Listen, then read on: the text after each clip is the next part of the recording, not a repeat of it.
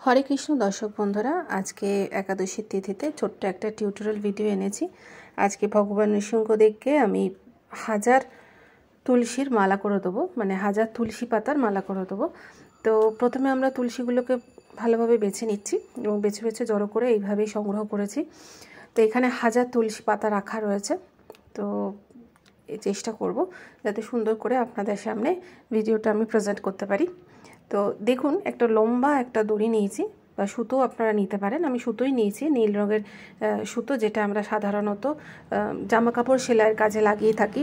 তো সেই সুতোটা নিয়েছি এবং তার সাথে সাথে দেখুন পাতাগুলোকে একটু একটু করে বেছে নিয়ে একটা গোলাকৃত, মানে যেরকম আমরা ভাঁজ করি, সেই ভাঁজ করে আমরা একটু একটু করে আটকাচ্ছি এটাকে, এবং আবার এরকম করেই ধীরে ধীরে একটা একটা করে কয়েকটা করে পাতা নেব এবং আবার ভাঁজ করে করে সুতোর মধ্যে আটকাবো।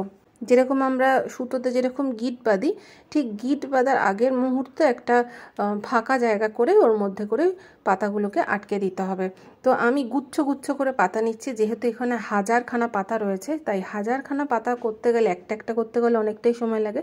দেখুন, ঠিক এরকম ব্যাপারটা দেখতে লাগবে, অনেকটা লম্বা হয়েছে। আপনারা চাইলে 108টারও করতে পারেন, 1008টা করতে পারেন। আমি এখানে 1008টার মালা করেছি। দেখুন, নৃসিংহদেবকেও পড়েছে। ভালো থাকবেন, সুস্থ থাকবেন। রাধে রাধে।